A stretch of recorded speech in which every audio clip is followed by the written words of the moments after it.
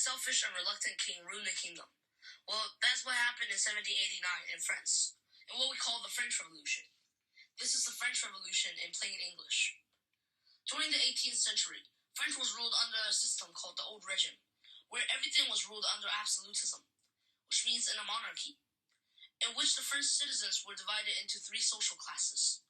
The first estate were the clergies, the church people, and the second estate were the aristocrats and nobles. Lastly, there's the third estate, which were the merchants and the peasants. The first and second estate had privilege of not paying tax, while the third estate were being treated harshly and had to pay tax for the bankruptcy of France at the time. Although the third estate had a lot more people than the first and second estate, however, they could only fight back through an unfair voting system. Every time the third estate tries to fight back, the first and second estates would always suppress them by collaborating with each other. Even the king ignored this unfair situation. Under what people called the divine right of the king, no one was able to challenge the authority of the king, so the third estate cannot do anything about it. Moreover, King Louis XVI even locked the third estate outside of the meeting hall during the estate's general meeting. This act has completely angered the third estate. They responded by relocating to a nearby tennis court on June 20, 1789, where the members vowed to stay together and created a written constitution for France. On June 23, 1789, Louis XVI relented. On August 4, 1789, the Third Estate announced itself as the National Assembly. He ordered the three estates to meet as the National Assembly and vote by population on a constitution for France. The tennis court oath changed French thoroughly. It also led to other major events like the attack on the Bastille and the Declaration of May.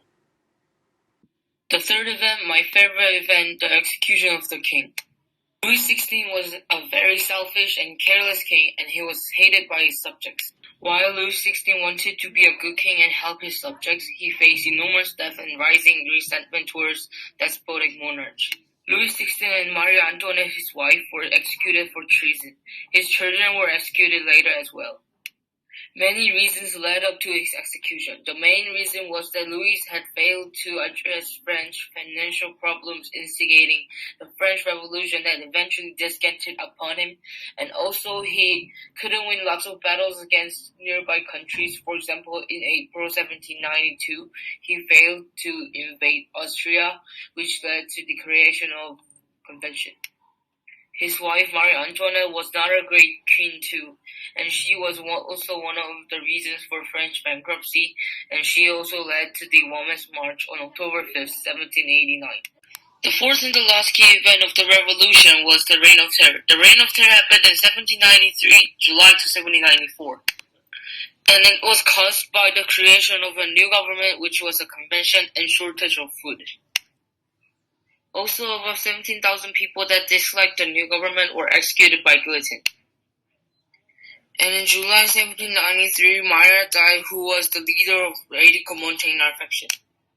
After the Reign of Terror, Napoleon, who was a military leader of France, started to gain power. And in 1804, finally, he became the first emperor of France. Historically, many debates have been argued that whether the French Revolution was worth it. To understand that, we must look at some consequences of this action. The two changes that happened after the revolution were that the ancient regime was abandoned, so many people from the Third Estate got better rights, and the leader of France changed from Louis XVI to Napoleon. However, France was still ruled under monarchy, and it is true that many people got better rights, but many people had no rights. By learning about the French Revolution, we learn the main events during the revolution and how the laws of people changed during the revolution. Lastly, we think that the revolution was worth it because the revolution's main cause was unequal rights between the estates. And after the revolution, people started to get better rights and the word estate was gone.